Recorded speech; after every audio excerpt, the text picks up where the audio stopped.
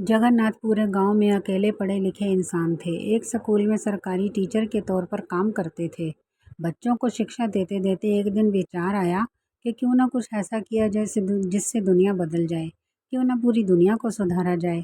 बस मन में आए इस विचार ने जगन्नाथ को रात भर सोने नहीं दिया। सुबह उठते ही वो गांव के सरपंच के पास पहुंचे और बोले, मैं इस दुनिया को बदलना चाहता हूँ। सरपंच उनकी ये बात सुनकर हंसने लगा। गुरुजी, इतना आसान नहीं है दुनिया को बदलना। आप ये विचार छोड़ दें तो ही अच्छा है। लेकिन जगन्नाथ ने ठान लिया था और इसी वजह से वो कई लोगों से मिले पर कोई फ़ायदा नहीं हुआ। अब वो अकेले ही सामाजिक कार्यों में लग गए।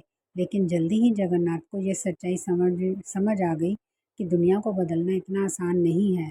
तो मन में सोचा, दुनिया नहीं बदल सकता तो मैं अपने देश को तो सुधार ही सकता हूँ। बस जगन्नाथ फिर से जुट गए। समय बीता, बहुत जल्दी ये एहसास हो गया कि देश को बदलना तो बहुत मुश्किल काम है।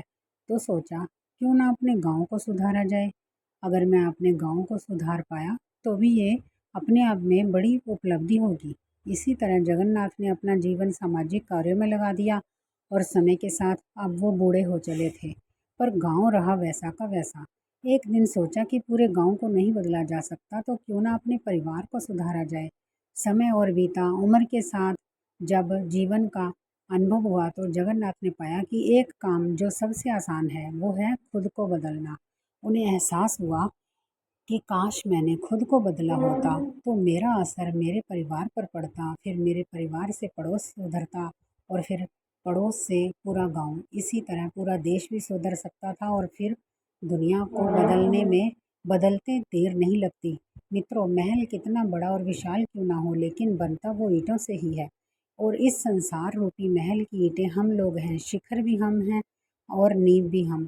खुद को सुधारिए, सकारात्मक सोच रखिए, फिर देखिए दुनिया बदलते देर नहीं लगेगी।